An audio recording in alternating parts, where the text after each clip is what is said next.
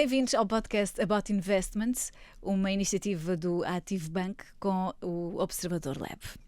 E porque o Active Bank é o banco que simplifica, vamos fazer isso mesmo hoje. Vamos simplificar temas complexos, vamos transformar temas que impactam a vida financeira de empresas e empreendedores em conversas claras e simples. O meu nome é Ana do Carmo e no outro microfone está a Serena Cabrita Neto. A Serena gosta de viajar, aliás, acabou de chegar agora mesmo do Japão, leva o filho à escola quase todos os dias e esse é o momento preferido do dia da Serena. Todos os fins de semana janta com os amigos e todos os sábados de manhã tem para si o Me Morning, ou seja, aos sábados de manhã a Serena cuida de si, seja a treinar, seja a ir ao cabeleireiro, enfim, vale tudo se for para cuidar de si própria.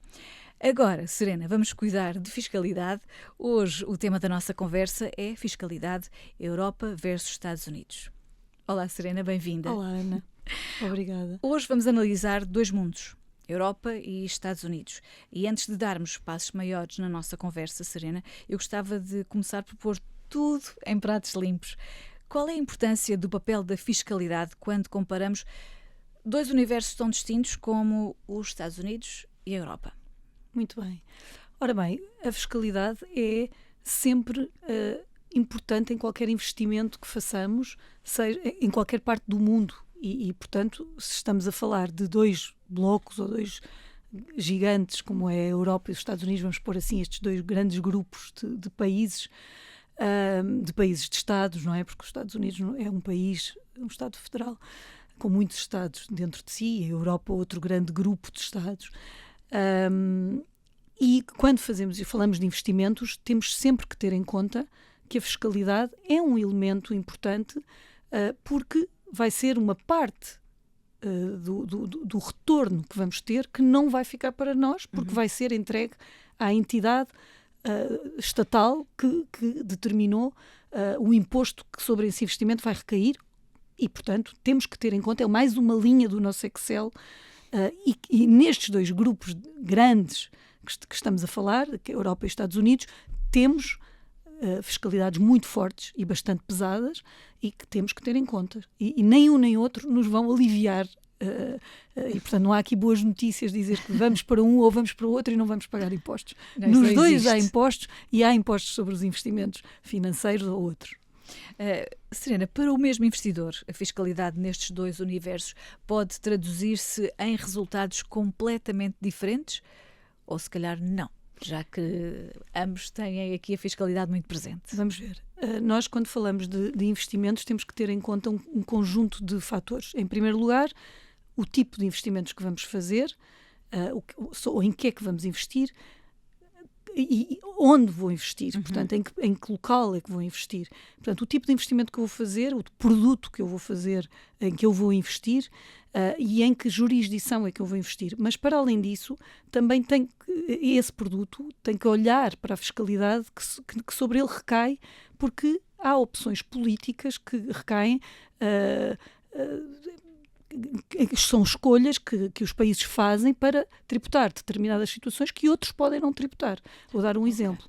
Por exemplo, Portugal opta por não tributar os fundos de investimento, o próprio fundo, tributa só o investidor no fundo, por exemplo, em termos gerais. Não é bem pois assim, totalmente assim, mas é em termos gerais.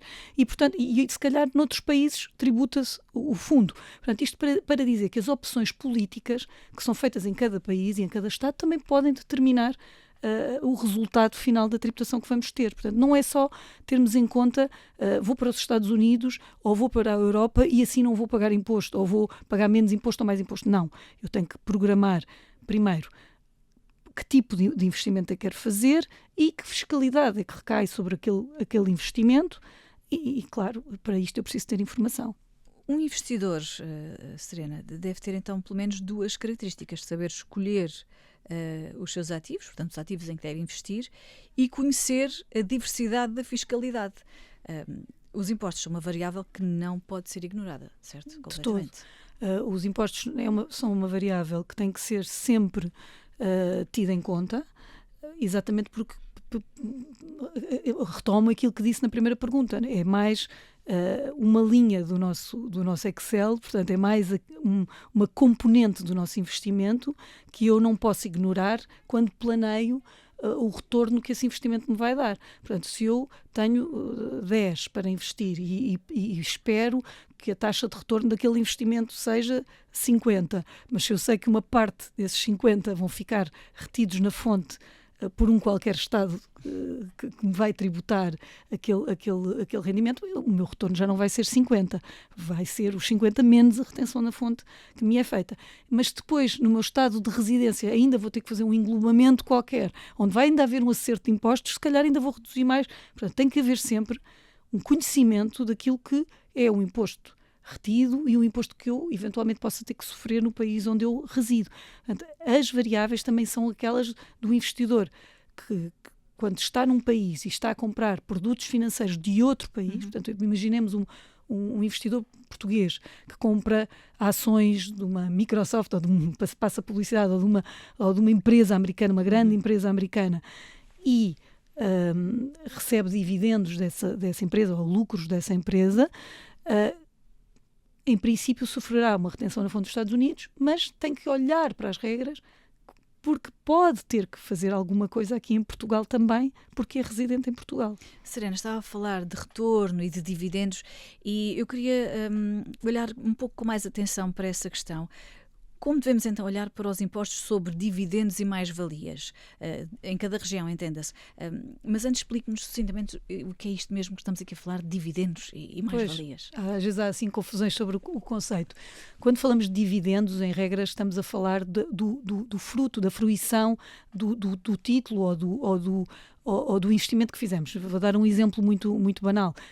Fizemos um investimento em ações e a quantia que nos é paga a título de distribuição de lucros, de dividendos, passa a expressão, de todos os anos, porque se fechou as contas e a empresa teve um determinado rendimento que distribuiu aos acionistas, são os dividendos.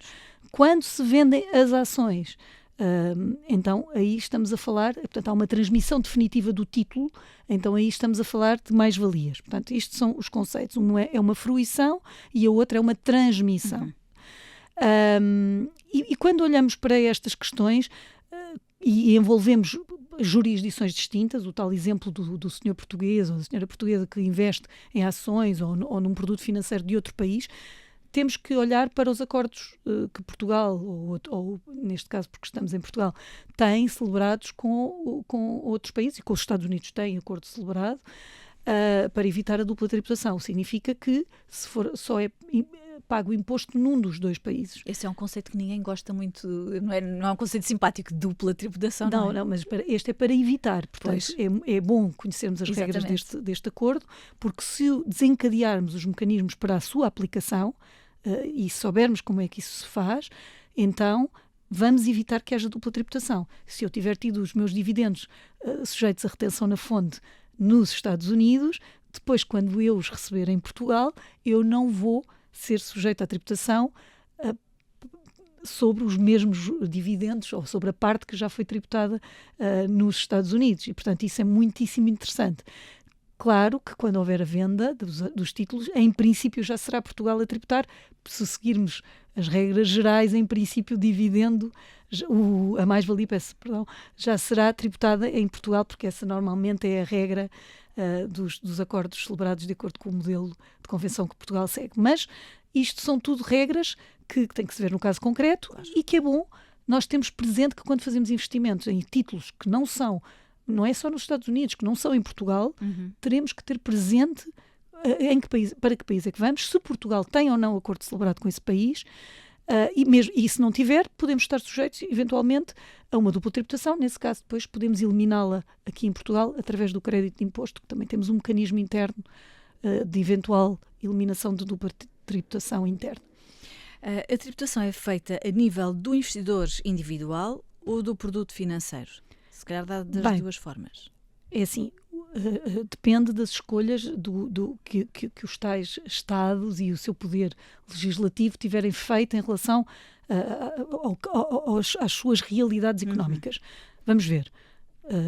Em princípio, o produto financeiro será sujeito a uma tributação e o investidor a outra tributação.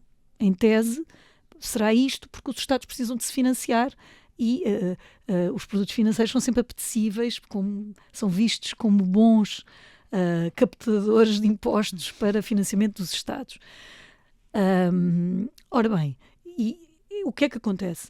Acontece que muitas vezes os Estados depois também querem utilizar os impostos como fatores de atração de investimento e então aliviam alguns produtos financeiros da tributação em si.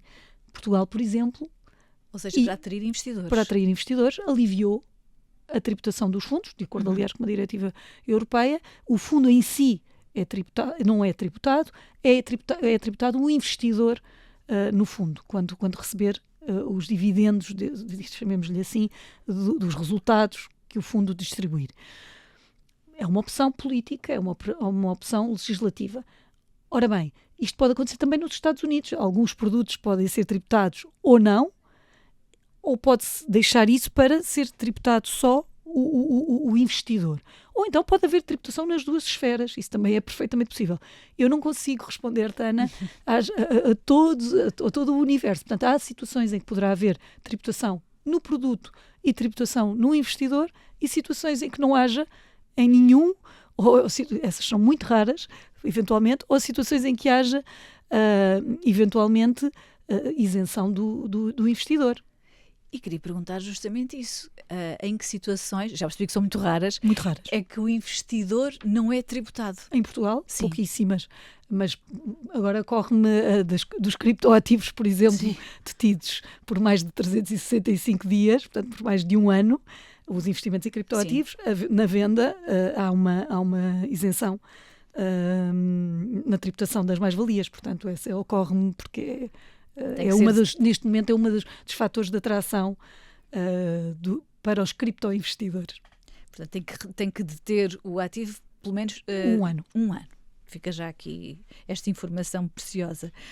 Serena, existem estratégias para mitigar as diferenças fiscais, novamente aqui entre estes dois blocos, Estados Unidos e Europa?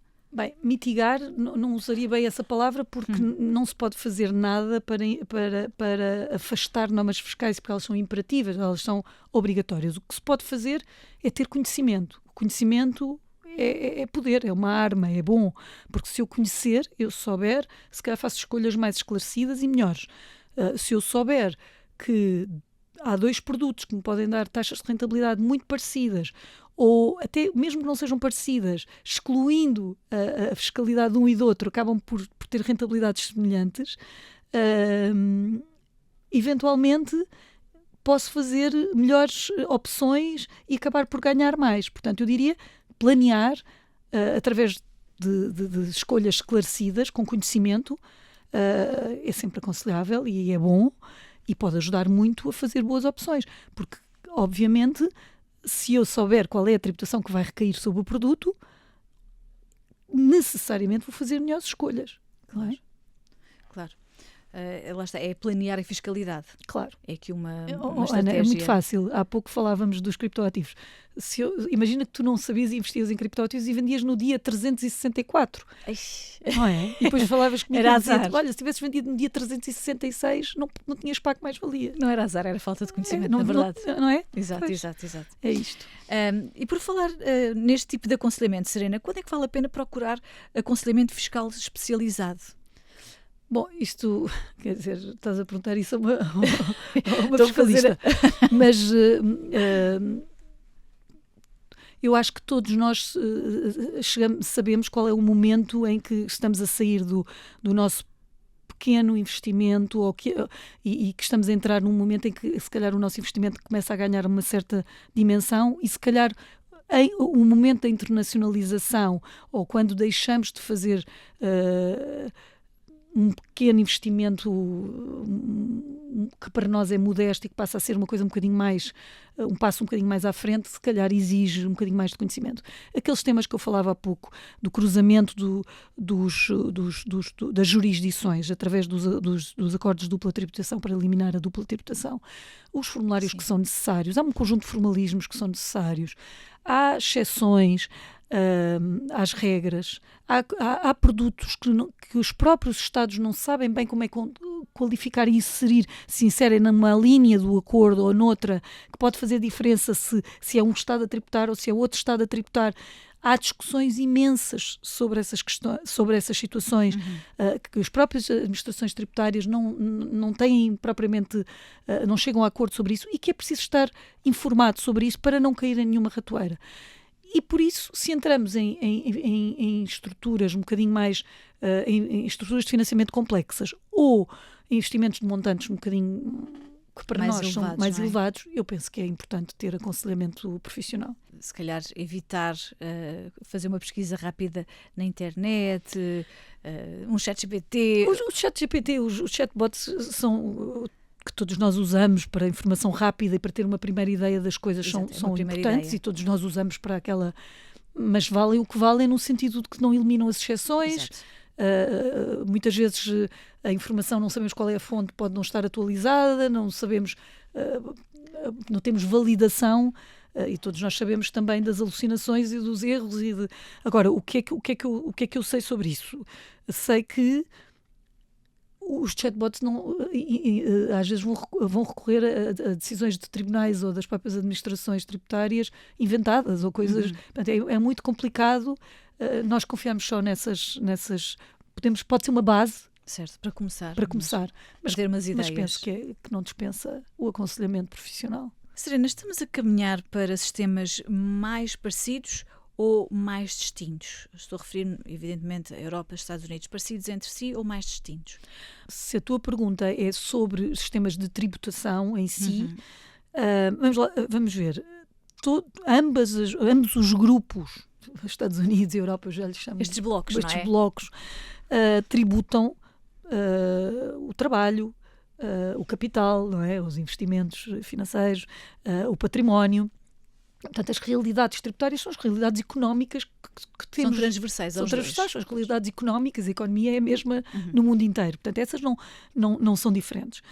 O que é que eu noto que é... E hoje estamos aqui a falar mais de realidades financeiras, e eu aí acho que pode haver alguma diferença entre os Estados Unidos e o bloco europeu e o bloco americano, que é os Estados Unidos sempre favoreceram o investimento a longo prazo, o investimento financeiro a longo prazo, e tem uma tendência para ter taxas de imposto mais baixas para investimento a longo prazo. É muito tradicional haver até há taxas de 0% em alguns estados, para produtos, os equivalentes aos nossos PPRs, vamos chamar-lhe assim, que eles têm várias derivações desses produtos, e mais sofisticadas que as nossas. Algumas até dão uns retornos e uns créditos para o investidor. Há uma tendência para que esses produtos sejam, a longo prazo, tenham umas tributações muito baixinhas, de 10%, 15%, 5% ou 0%. Em alguns estados. E nós não temos isso em Portugal, portanto não temos essa tradição. Por outro lado, a economia americana, em termos financeiros, é baseada muito mais na economia de mercado, as bolsas, os mercados funcionam muito mais como fonte de financiamento das empresas, e em Portugal, na Europa, neste bloco europeu, eu refiro-me a Portugal porque estamos aqui, mas estamos dentro do bloco europeu, claro. Claramente, não sou eu que eu digo, é uma realidade, as empresas são muito mais alavancadas em financiamento ou dos sócios ou dos bancos, ou se quisermos, dos bancos, de terceiros, ou de financiadores, ou dos sócios, portanto, não tanto dos mercados. Certo. Não temos um mercado, mercados a bolsa não é tão evidente a sua projeção como é nos Estados Unidos. E por isso, eu diria que também aí as estruturas de tributação dos investimentos a médio e curto prazo também é bastante diferente.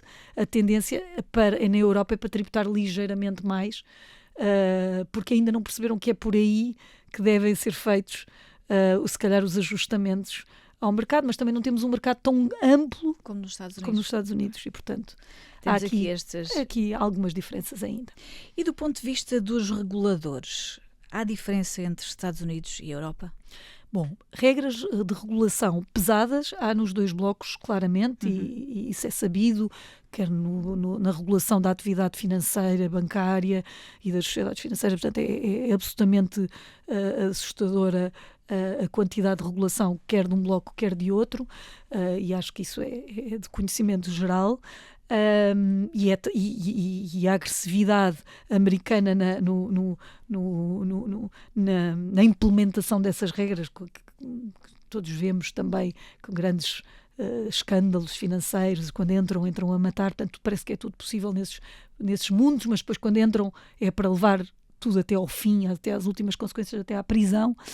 E portanto há regras, há mundos regulatórios muito pesados. Na Europa não somos menos exigentes do ponto de vista regulatório, talvez menos escândalos do ponto de vista de prisões, etc. Mas há um mundo regulatório muito pesado também na Europa. O que há é depois nas trocas de informações entre o bloco europeu e americano, eu diria que flui, há trocas de informações, mas eu diria que eventualmente os americanos recebem muito mais informação da Europa do que dão à Europa. Isto é o que me parece de todos os fóruns onde tenho estado, e vou a alguns de tributação, sobre tributação e troca de informações fiscais, especialmente entre Estados Unidos e Europa. Vou agora a um exatamente que chama-se mesmo da IBA, International Bar Association, entre os Estados Unidos e a Europa. Portanto, há fóruns onde se debate mesmo sobre estes dois blocos, e nota-se que há o fluxo de informação entre as administrações é muito melhor, ou flui muito melhor da Europa para os Estados Unidos do que vice-versa. E fica então a leitura que valer dessa situação. Serena, muito obrigada por teres vindo até aqui falar sobre a fiscalidade nestes dois grandes blocos, como já falámos, e ficámos a perceber então que a melhor estratégia é mesmo saber. Saber é poder, para se poder investir em segurança, ou melhor, em consciência. É mais correto dizer assim, investir em consciência, quer nos Estados Unidos, quer na Europa.